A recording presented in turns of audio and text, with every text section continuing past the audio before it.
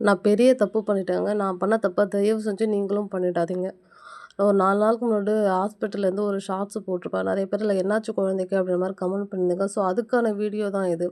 So 4 நாளுக்கு முன்னாடி பார்த்தீங்கன்னா, என் பொண்ணு வந்து நைட் ஒரு 2 மணி பக்கமா என்ன எழுப்புறாங்க. எழுப்பி, "அம்மா எனக்கு காது வந்து வலிக்குது" அப்படின்ற மாரி சொன்னாங்க. நான் என்ன பண்ணிட்டேன், லைட்ட போட்டு என் ஹஸ்பண்ட எழுப்பி, "இந்த மாரி பாப்பா காது வலிக்குதுன்னு சொல்றாங்க" அப்படினதுக்கப்புறம் என் ஹஸ்பண்ட் என்ன பண்ணிட்டாரு, சும்மா கிளாஸ்ல வந்து ஒரு 2 ட்ராப் காதுல தண்ணி ஊத்தி விட்டாரு. சரி எறும்பு இருக்குமே, நம்ம ஆக்சுவலா நம்ம அதானே பண்ணுவோம். காது வலிக்குது அப்படின்னு கூட சொல்லி, சரி எறும்பு ஏதாவது போயிருக்கும் அப்படின்னு சொல்லிட்டு 2 ட்ராப் தண்ணி ஊத்தி விட்டாரு என் ஹஸ்பண்ட்.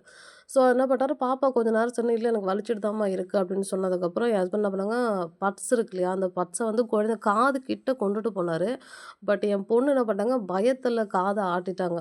காது ஆட்டுனோனே அந்த பட்ஸ் போய் குழந்தையோட காதுல குத்தி செம்ம ரத்தம். பாப்பா காதுலேருந்து ரத்தம் ஊத்திக்கிட்டே இருக்கு. எங்களுக்கு என்ன பண்றதுன்னே தெரியல. நான் ஒரு பக்கம் அழுவுறேன். என் ஹஸ்பண்ட் ஒரு பக்கம் அழுவுறாரு. என் பையன் ஏன்ச்சு என்ன நடக்குதுன்னு தெரியாம என் பையன் தூக்கத்துல உட்காந்து எங்க எல்லாரையும் பார்த்துட்டு இருக்கிறான். என் பொண்ணு அழுவுறா. கை கால்லாம் அத இப்ப சொல்லும்போதே எனக்கு கண்ணெல்லாம் கலங்குது. எனக்கு அவ்ளோ பயம். காதுலேருந்து ரத்தம் ஊத்திட்டே இருக்கு. பொண்ணு கத்துறா. என் ஹஸ்பண்டும் அழுவுறாரு. நானும் ஒரு பக்கம் அழுதுட்டு இருக்கிறேன். என்ன நடக்குதுன்னே தெரியல எங்களுக்கு அந்த செகண்டு.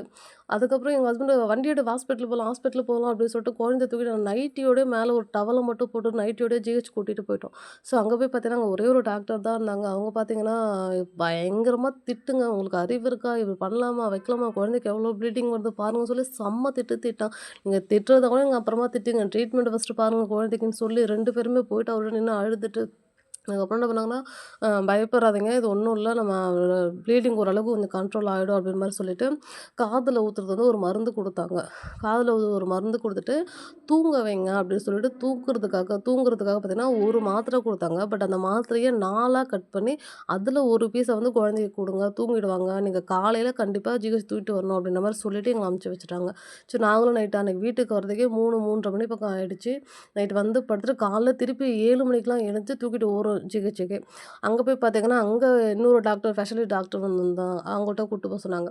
ஸோ அங்க போய் வெயிட் பண்ணி அங்க என்ன சொல்றாங்க, "நாங்க இங்க பார்க்க மாட்டோம். நீங்க வந்து சில்ட்ரன்ஸ் ஹாஸ்பிட்டல் தூக்கிட்டு போங்க. எக்மோர் தூக்கிட்டு போங்க" அப்படி சொல்லி எங்கள அங்க போய் சொல்லி எழுதி அனுப்பிச்சுட்டாங்க.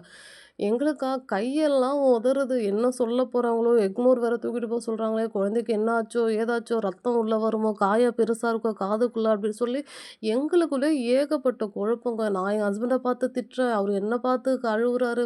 என்ன சொல்றதுன்னே தெரியாம அந்த 2 நாள் வேண்டாத சாமியெல்லாம் வேண்டிக்கிட்டு, சின்னதா பண்ண தப்பு குழந்தை காதுல அவ்ளோ பெரிய காயம். நீங்க இந்த ஹாஸ்பிட்டல் இல்ல, நீங்க அங்க தூக்கிட்டு போங்க அப்படின்ற மாரி அந்த 2 நாள நெனச்சு கூட பார்க்க முடியலங்க. அதுக்கப்புறம் ஒரு வழியா சரின்ட்டு இந்த ஜிஹெச்லேருந்து நாங்க எக்மோர் தூக்கிட்டு போயிட்டோம்.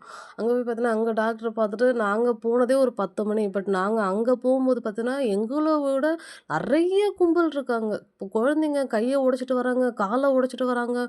விளையாடும்போது கீழ ஸ்லிப் ஆகி விழுந்துலாம் மண்டையில கட்டு போட்டுட்டு வருதுங்க குழந்தைங்க. அவ்ளோ குழந்தைங்க. பட் எங்களோட டோக்கன பார்த்தீங்கன்னா, எங்களுக்கு 66வது டோக்கன் தான். பட் வெயிட் பண்ணி எல்லா குழந்தையும் பார்த்துட்டு போனதுக்கப்புறம் 66 டோக்கன் நாங்க போய் குழந்தைய பார்க்கும்போது, அவங்க பார்த்துட்டு லைட்டு மாரிலாம் சயின்ஸ் மாரிலாம் லைட்டு ஒண்ணு அடிச்சு பார்த்து அதெல்லாம் குழந்தைக்கு ஒண்ணும் இல்லன்னு சொன்னதுக்கப்புறம் நல்ல உசுரே வந்துச்சு. டாக்டர் பார்த்துட்டு "பயப்படாதீங்கம்மா, அழுவாதீங்க. இது ஒண்ணும் இல்ல. ஆனா நீங்க பட்ஸ வச்சிருக்க கூடாது. குழந்தையோட காது வந்து ஒரு எவ்வளோ சென்டிமீட்டர் இருக்கும் உங்களுக்கு தெரியுமா? ரொம்ப மெல்லிசானது ஒரு ஜவ்வு. அது விட்டுடுச்சுன்னா குழந்தைக்கு காதே கேட்காது.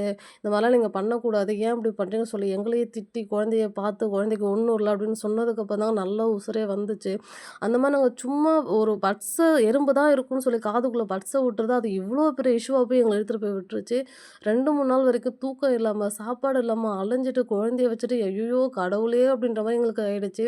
ஸோ நான் பண்ண தப்ப தயவு செஞ்சு நீங்க பண்ணாதீங்க. அதுக்கப்புறம் பார்த்தீங்கன்னா, சரி குழந்தை 2 மணி நேரம் ஹாஸ்பிட்டல்ல அது சொல்ல அலையிறாளே, வைக்கிறாங்களேன்னு சொல்லிட்டு, பக்கத்துலேயே மெரினா பீச் தானே எக்மோர்லேருந்து ஒரு 3 கிலோமீட்டர், 4 கிலோமீட்டர் தான் மெரினா பீச்.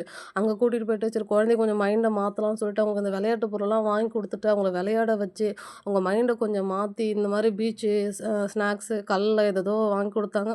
எனக்கு அத சொல்லும்போது எனக்கு வாயெல்லாம் நடுங்குதுங்க. அவ்வளோ பயம் குழந்தைய பார்த்துட்டு, ரத்தம் ஊத்திட்டே இருக்கு காதுல இருந்து. அதுக்கப்புறம் குழந்தைய உட்கார வச்சு, விளையாட வச்சு, அந்த பீச்சில கொஞ்ச நேரம் அவ என்னென்ன கேட்குறா கேட்குறாங்களோ எல்லாமே வாங்கி குடுத்துட்டு, பொம்மை ஆகட்டும், இல்ல வந்து விளையாட்டு பொருளு, ஸ்நாக்ஸு சாப்பிடுறதுக்கு எல்லாமே வாங்கி குடுத்து, குழந்தைய ஒரு 1 வாரத்துக்கு வந்து காதுல மட்டும் தண்ணி படாம பார்த்துக்கோங்க அப்படின்ற மாரி சொல்லியிருந்தாங்க. சரி ஓகே சார் சொல்லிட்டு அப்புறம் பீச்சுக்கு கூட்டு வந்து அவங்க நல்லா விளையாட வச்சுட்டு, அதுக்கப்புறமேட்டுக்கு நாங்க வீட்டுக்கு போனோங்க. அதுக்கப்புறம் 2, 3 நாள் பக்கமா அந்த காதுல ஊத்துற மருந்து ஊத்திட்டு தான் இருக்கிறோம். ஸோ பயப்படுறதுக்கு ஒண்ணும் இல்லன்னு சொல்லிட்டாங்க. இருந்தாலுமே காதுக்குள்ள வந்து தண்ணி போக்கூடாது. தண்ணி போடுதுன்னா காது வந்து சீல் வைக்க மாரி ஆரம்பிக்கும். ஸோ காதுக்குள்ள மட்டும் தண்ணி பட வேணாம் 1 வாரத்துக்கு அப்படின்னு சொல்லியிருந்தாங்க. அதுக்கப்புறமா நாங்க பீச்லேருந்து கூட்டிட்டு வீட்டுக்கு வந்துட்டோங்க.